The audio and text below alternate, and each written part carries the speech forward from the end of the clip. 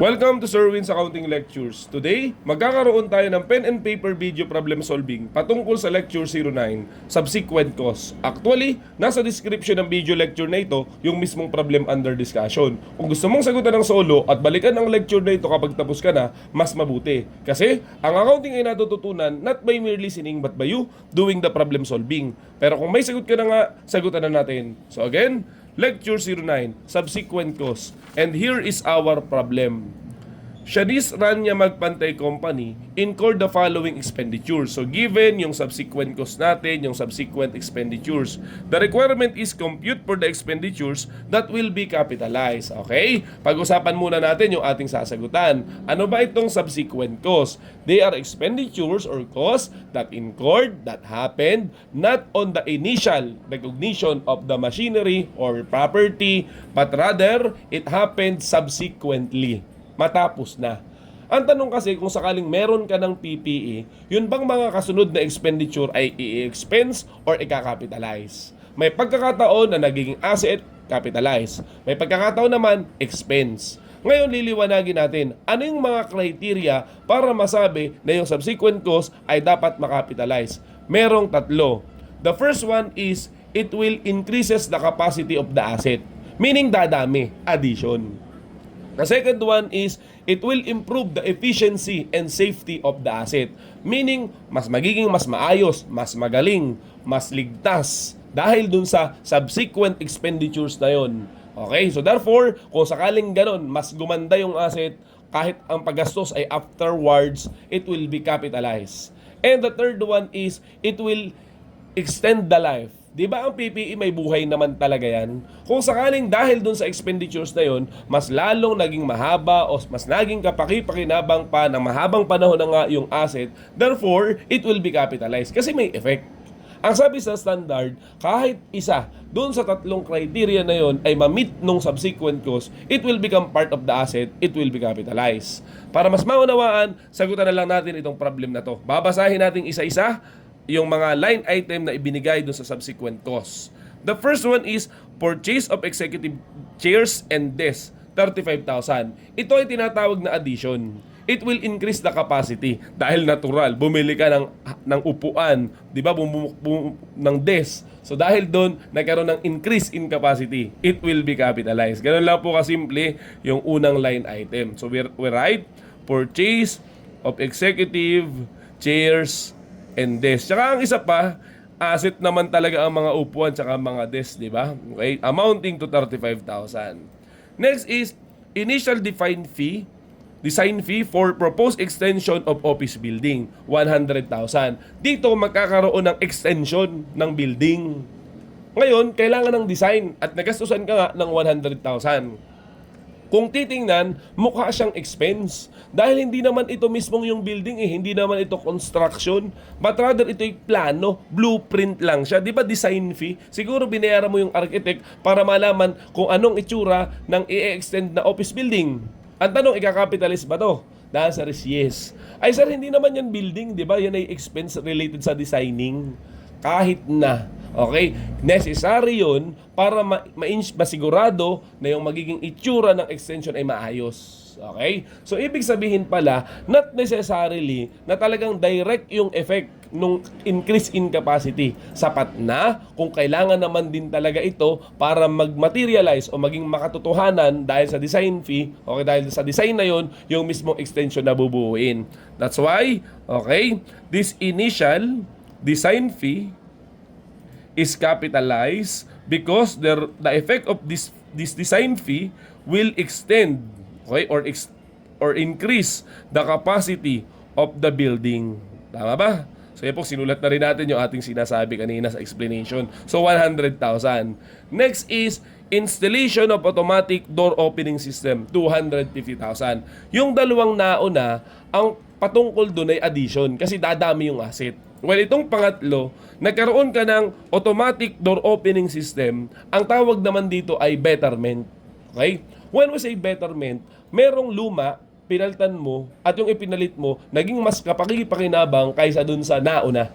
Kaya nga naging better Okay? So, papasok ito dun sa konsepto ng improves efficiency 'di ba? Kasi nga siguro dati yung pintuan mo, ikaw ang mismong nagbubukas. May pull and push. Minsan nga kahit push hinihila pa, 'di ba? Ay sa pagkakataong ito hindi na kailangan ngayon ng manual effort. Automatic na, makita pa lang nung pintuan na paparating ka, nagbubukas na ng kusa. Hindi ba naging mas efficient? Nag-improve yung process mo, 'di ba? That's why, okay? This will be capitalized 250,000. Okay? Ang tawag diyan, betterment.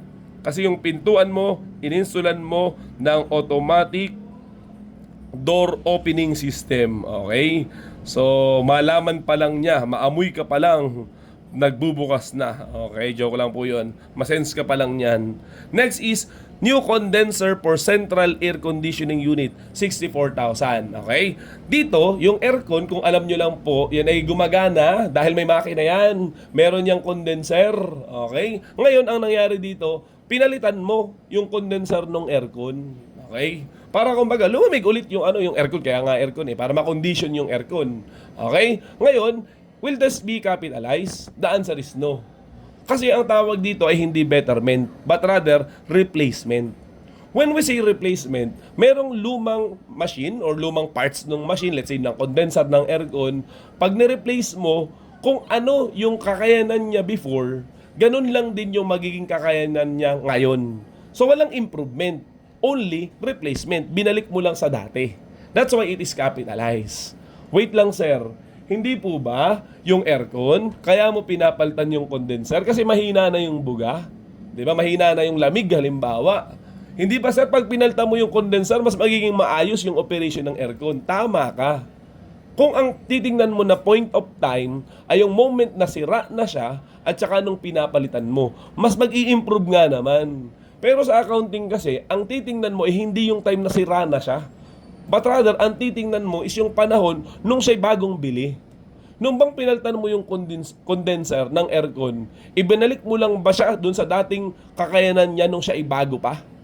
If the answer is yes, kung bumalik ka lang sa dati at hindi naman nag-improve, kasi bumalik ka sa dati, wala pa rin capitalization. Okay? Replacement nga lang yun. Kasi ang common error dito sa topic na to is yun ang replacement. Akala nila, porkit naging mas maayos nga naman, okay, tinitingnan nila yung moment na sira na at saka nung pinakapapalit, mali yun. Yun ang common error. Dapat ang titingnan mo is yung moment na bagong-bago pa, tapos pinalitan mo yung nasira na parts, tapos nung ipinalit mo, bumalik sa dati, o edi wala dong, walang capitalization, expense yun. Lagyan pa natin ng isang analogy. Halimbawa, nagbabike ka, nabutas yung gulong mo, pinalitan mo ng bago kasi butas na yung gulong. Makakapitalize ba yung bagong gulong? The answer is no. Kasi nga, ang titignan natin is hindi yung sirang bike, ang titignan mo yung gumugulong na bike nung siya okay pa. Kaya therefore, again and again, paulit-ulit na po, replacement is expense. Katulad dito, nagpalit ka lang naman ng parts ng aircon, yung condenser.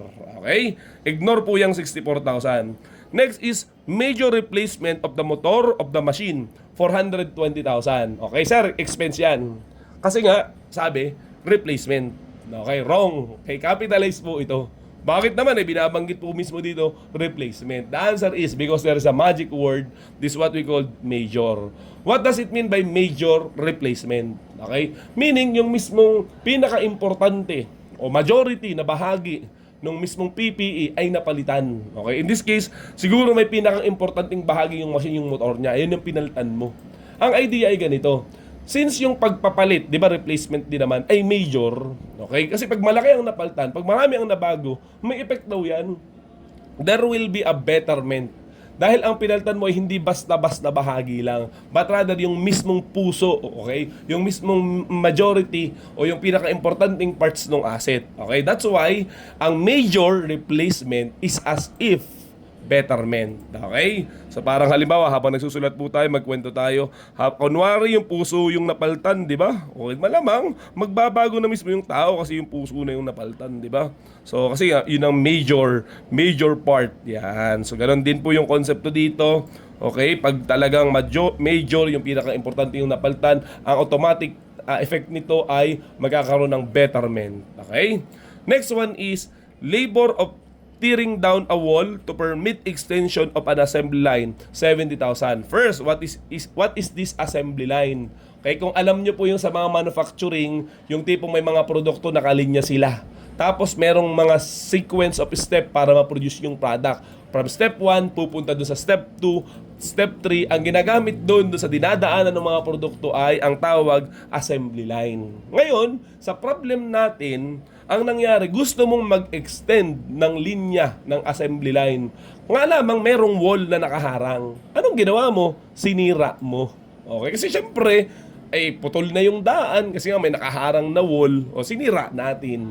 Ang tanong, will that be capitalized? The answer is yes. Kasi babalik ulit tayo, mag-i-increase yung capacity, hahaba yung assembly line kung sakaling mawawala yung wall na yon. Okay? Dahil necessary siya in order to extend, to increase the capacity, yung pagsisira ng wall, it will be capitalized as cost of the asset as part of the cost of the assembly line. Okay? Sana maliwanag po yung konsepto na yon. Okay? Labor cost of tearing down wall. Okay? To permit. Ayan. Extension of assembly line. Okay? Merong topic sa accounting na tinatawag na rearrangement cost. Ang rearrangement cost is yung paglilipat-lipat nung setup nung machines mo, nung PPE mo. Kaya nga ang tawag ay rearrangement. Kapag sakaling rearrangement cost, yung nagpalit ka ng pwesto dahil may mas magandang arrangement pala, ang treatment nun ay expense. Okay? Sa case kasi na to, hindi naman ikaw nag-rearrange ng assembly line nag-e-extend ka. O dahil nag-e-extend ka, there will be an increase in capacity. That's why the 70,000 is capitalized. Okay? Let's move on. Painting partitions in a large room recently divided into 5 sections, 63,000. So ano po muna ang partition? Ang partition is yung division. Kaya nga parte-parte di ba? Partition. Siguro merong isang room na open space, okay? O walang kahit anong harang. So ang ginawa ng kumpanya, hinati-hati sa limang section. Okay? At pagkatapos, pininturahan pa. Ang tanong, will that be capitalized yung pagpipintura ng partitions na yon? The answer is yes. Okay, bakit? Ang dahilan, naging mas efficient siguro yung room. Dahil nga nagkaroon ng division, nagkaroon ng partition. Imagine kung sakaling iisa lang yung room, baka nagkakarinig ka, nagkakakitaan ka agad. Pero dahil hinati natin sa 5, therefore nagkaroon ng privacy. Baka nagkaroon ng separate division, di ba? Kasi nga nahati na yung part ng building. Okay? That's why there is an improved in efficiency. Okay? Again and again, okay? It will be capitalized. But wait lang, sir. Hindi naman yung partition ang pinag-uusapan natin. Okay? But rather, ang pinag-uusapan po sa problem is yung pagpipintura ng partition na hinati mo sa 5. Okay? Hindi po ba dapat expense yun? The answer, may point ka naman, di ba? The answer in this particular problem, it will be capitalized because the painting of the partition is part of the process of dividing of partition. Dahil nga ang sabi, recently divided. Okay? Ibig sabihin, pagka-divide mo lang, pininturahan mo agad. So, ibig sabihin, part talaga siya ng partition. That's why it is capitalizable. Okay? Liwanagin ko pa yung sinasabi natin. Kasi may mga nagkakamali rin dito sa painting na to. Kasi may pagkakataon, yung building, painted na siya. Then later on, dahil hindi Boysen yung ginamit, okay, nag-fade yung pintura. Hindi siya tumatagal habang buhay. Okay, kung alam niyo yung commercial. So ngayon, okay, dahil nag-fade na yung pintura, anong ginawa nung company? Ni-repaint. Will that be capitalized? The answer is expense. Bakit? Hindi naman nag-improve yung building. Ibinalik mo lang doon sa dating kulay. Okay? So again and again, ito po yung pinupunto natin. Kung yung painting ay nangyari, okay, doon sa dati ng wall, tapos pininturahan mo lang, ibinalik mo lang yung dating kulay, okay, wala namang bago, luma yung wall, pininturahan mo lang, that will just be a repair, di ba? Or maintenance, or replacement ng kulay, di ba? Pero sa case kasi na to, wala naman yung partition. Nilagay mo yung partition, sabay pininturahan mo. So papasok ito na bago lahat. Bago yung partition, bago yung pintura. So hindi ito replacement. Kasi wala namang i-replace kasi nga first time ito. Okay, di ba kagagawa mo lang ng partition? Okay? Marami na po tayong sinabi. Basta, yan ay i-capitalize natin. Next is dust filter in the interior of the factory were installed in order to reduce employee health hazards. 22,000. Ika-capitalize yung dust filters na yan. Okay? Kasi nga, sabi, yung iyong factory, siguro maraming alikabok, okay? Nag-install ka ng machine na yan, ng dust filter. Okay?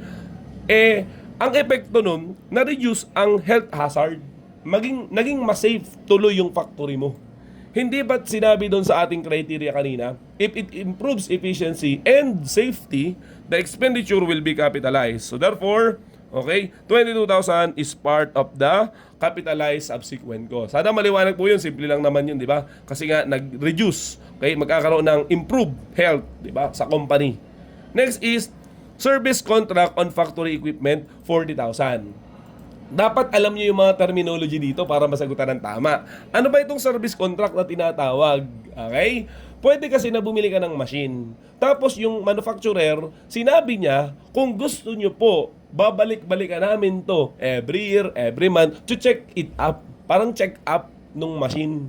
Okay? Kumbaga ay parang meron kang motor, dinadala mo dun sa talyer na may schedule. Tapos sinecheck nila. Tapos binayaran mo yung tipong pagpupunta ka, lagi nang may schedule ka. Ang tawag doon service contract, kaya nga service contract, isiservisyohan ka nila para ma-check up yung factory equipment mo, amounting to 40,000. Ang tanong, ikakapitalize ba ito i-expense? The answer is, it will be expense. Bakit? Balikan mo yung tatlo. Meron bang increase in capacity? Wala. May extend ba ang buhay? Walang sinabi. Then the third one is, mag-i-improve ba yung efficiency at safety? Sir, hindi ba yes? Hindi po ba yes? Kasi nga syempre, i-check up po eh. Ang sagot ay hindi eh. Malalaman niya lang kung okay pa o hindi. Ang point kasi nung improves yung magic word, improves efficiency. Kung ibabalik ka lang naman yan sa dati, check up ka lang naman, therefore it will be expense. Parang halimbawa, nung may ubo ka, pumunta ka sa doktor, nagpa-check up ka, nung nalaman ng doktor may ubo ka nga, ito yung gamot, gumaling ka ba? Di ba hindi? Nalaman mo lamang talaga na may sakit ka. Tapos kung sakali mong bumili ka ng gamot na na-recommend niya, bakit naging mas healthy ka ba? Di ba't nawala lang yung ubo mo, bumalik ka lang naman sa dati, matapos ng inyong check-up. So, ganun din yung konsepto ng service contract. That's why it will be ignored because it is expense. Okay?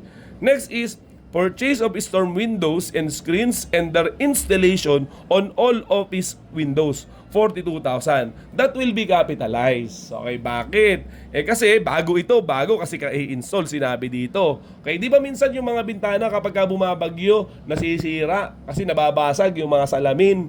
Okay, o kaya malakas yung hangin, nakakapasok talaga dun sa ating opisina. Anong ginawa ng kumpanya? Bumili siya ng tinatawag na storm windows. Yung mga bintana na kayang, pigilan ang lakas ng hangin kapag may bagyo at yung mga ulan, and screens, on all office windows. Ayan, nag-improve tuloy, naging mas safe tuloy ang mga bintana ng ating opisina. Okay? So sana maliwanag po na iyan po ay kinakapitalize. Next one is sealing of roof leaks in production area, 39,000. That will be expense. Why? That is just a repair. Kasi di ba may butas yung iyong production area, yung bubong ng production area, nabutas o tinapalan mo. Ngayon nag-improve ba yung bubong mo? Di ba hindi binalik mo lang sa dati, doon sa dating walang butas. That's why ito ay repair, ito ay expense. Next, replacement of door to production area, 12,000. That will also be expense because it is replacement. At hindi naman yan major replacement, di ba? Di ba generally pag replacement ay expense? Ay sir, yung pinaltan ay pintuan, di ba? Door ang pinaltan, hindi naman po ni-repair. Nagpalit po talaga ng pinto. Kahit na, siguro, yung pintuan ay inanay na. Pero ang punto, ibinalik mo lang dun sa dating itsura ng pinto, di ba? Ay sabi pati nga ay replacement. Dapat may maramdaman ka na naging better para yung replacement ay maging capitalizable. Kung naging betterment yan. Okay, ito sa case kasi na to, replacement lang daw kasi. Next one is overhead crane for assembly department to speed up production, 425,000. That will be capitalized. Alam po yung magic word natin, to speed up production. So anong ibig sabihin nun? Okay, there is an improved efficiency kasi yung production mo naging mas mabilis. Okay, that's why again and again that will be capitalized, that overhead crane. When we say overhead crane, yung nasa taas ng ulo, di ba? Lampas tao, lampas ulo mo. Okay, na part ng assembly line mo para daw maging mas mabilis ang inyong production. Okay? Last one is replacement. O yan na, of broken gear on machine. 21,000. That will be expense. Bakit? Hindi naman nga kasi siya betterment. Sila ay replacement. Kasi nga, ang sabi nga dito, nagpalit ka lang naman ng nasira na gear ng iyong machine. Okay? At dahil dyan, tapos na po tayo dun sa mga items. Ang kulang na lang na ating gagawin ay i-total ang subsequent cost that may be capitalized. Ayan, hinanap lang po namin yung calculator. Wala pala malapit sa lamesa. Okay, so tumuloy na po tayo dun sa lesson. So, i-add na natin yung total ng subsequent costs. Okay, that will be capitalized. Ayan, add natin. So first, we have the executive chairs and tables. Asset kasi yan, addition. So 35,000, it will be added. And then the design fee for the extension of the building, 100,000. Dahil yan ay extension, addition ulit yan, it will be added. Installation of automatic door opening system, 250,000. It will improve our operation. That's why it will be capitalized, added. Major replacement of the motor of the machine, 420,000. It will also be added kasi nga major yung replacement. It is a betterment. It will be added. Next is labor cost of tearing down a wall to permit extension of the assembly line, 70,000. It is as if extension, di ba? Addition, increase the capacity, 70,000 will be added. Painting partition in a large room recently divided into 5 sections, 63,000. It will also be added kasi nga there is an improved efficiency dahil nga hinati mo yung building na dating iisa yung itsura, di ba? Yung open space. Next is dust filter in interior of the factory, 22,000. That will also be added kasi nga nag-improve yung safety dahil meron ka ng dust filter. And then also, purchase of storm windows and screens on all office windows, 42,000. That will also be added kasi nga naging mas safe. Kasi nga mayroon ka ng storm windows, di ba, dun sa iyong mga bintana. And lastly, the overhead crane will also be added because it will be speeding up the production process. So add 425,000. So the total subsequent cost that will be capitalized is 1,427,000. Okay? So yun na po yung ating problem. Sana meron ka natutunan. So yun lamang at maraming salamat.